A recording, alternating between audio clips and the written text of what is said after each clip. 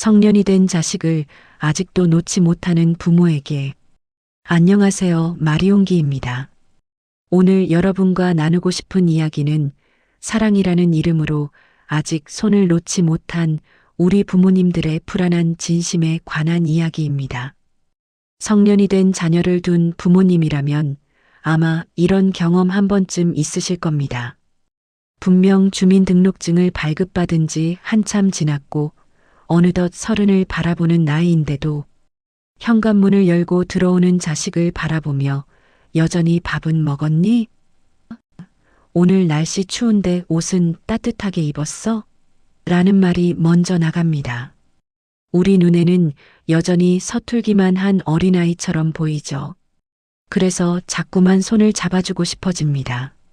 법적으로는 어른이지만 부모의 마음속에 자식은 여전히 혼자 두기엔 불안한 존재입니다. 그래서 우리는 아직도 자녀를 품 안에서 내려놓지 못합니다.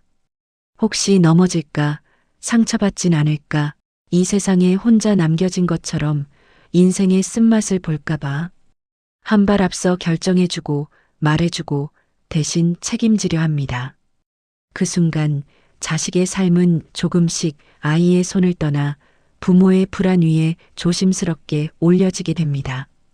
부모는 안심하려 하지만 자식의 마음은 자꾸만 더 불안해집니다. 스스로 선택해 본 적이 없으니 확신을 가질 수 없고 결정의 무게를 견뎌본 적이 없으니 조금만 흔들려도 쉽게 무너집니다. 우리는 흔히 이렇게 말합니다. 다 너 잘되라고 하는 소리야. 맞습니다. 부모만큼 자식의 행복을 진심으로 바라는 사람이 또 어디 있겠습니까? 조금 더 오래 살아봤고 더 많은 실패를 겪어봤기에 내 자식만큼은 우리가 걸었던 그 가시밭길을 걷지 않길 바라죠. 그래서 우리는 돌부리를 먼저 치워주고 비 오는 길엔 우산을 씌워주며 넘어질까봐 자식보다 앞서 달립니다. 하지만 그렇게 치운 길 위에서는 아이 스스로 균형을 잡을 기회가 점점 사라져갑니다.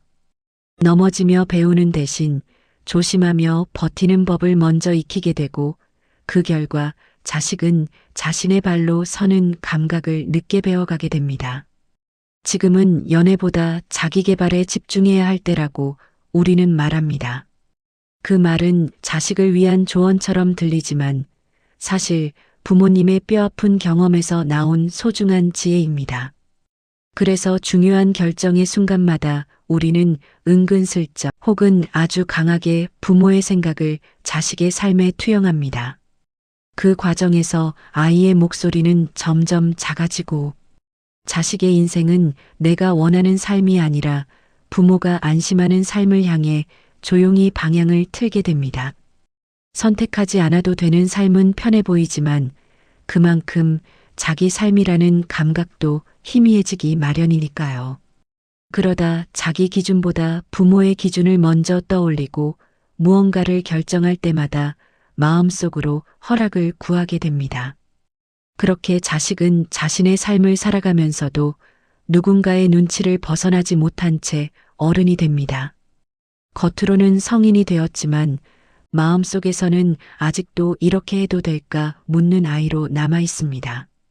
부모의 역할은 자식의 인생을 대신 살아주는 것이 아니라 그들이 스스로 생각할 수 있는 힘을 길러주는 것입니다.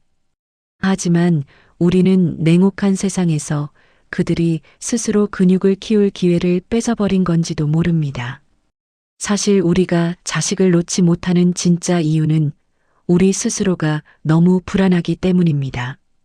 세상은 너무나 빠르고 경쟁은 치열합니다.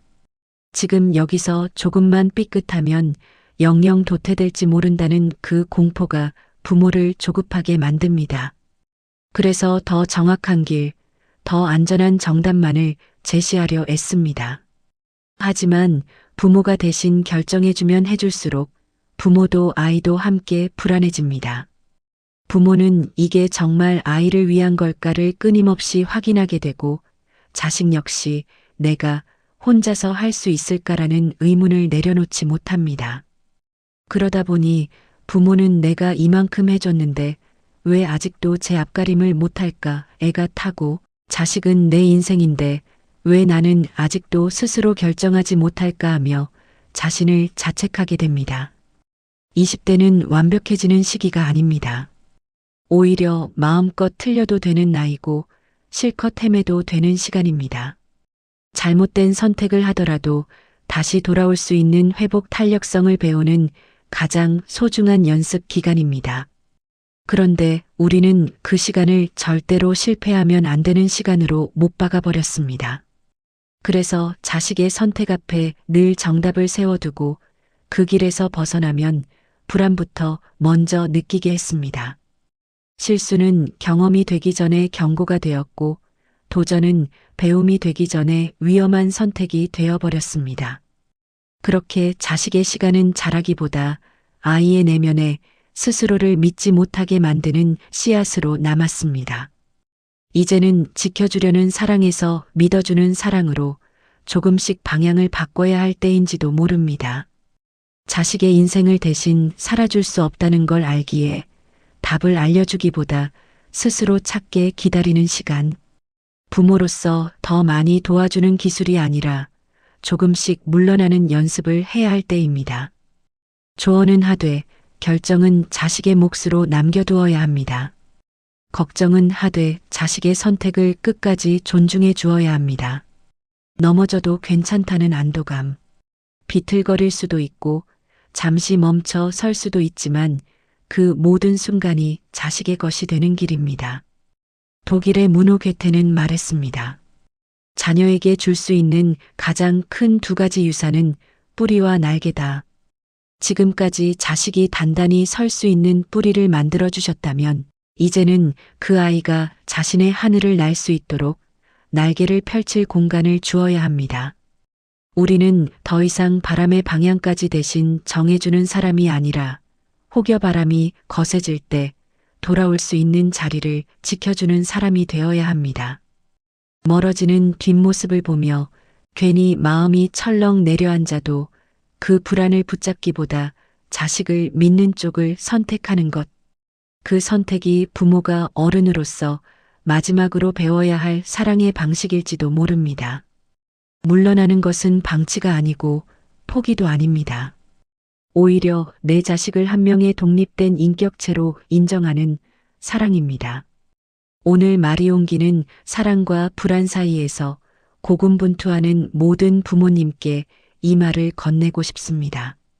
자식을 놓아주는 것은 포기가 아니라 더 깊은 믿음의 표현입니다. 그리고 부모의 기대와 자신의 삶 사이에서 흔들리는 모든 청년에게도 응원을 보냅니다. 당신의 모든 선택은 지금 연습 중인 것이니 조금 틀려도 괜찮습니다. 자식이 무언가를 물어올 때 곧장 답을 주기보다 너는 어떻게 생각하니? 라고 되물어봐 주세요. 설령 그 선택이 부모님의 생각과 다르더라도 그래, 내 결정을 응원해라고 말하며 한 걸음만 뒤로 물러서 보세요.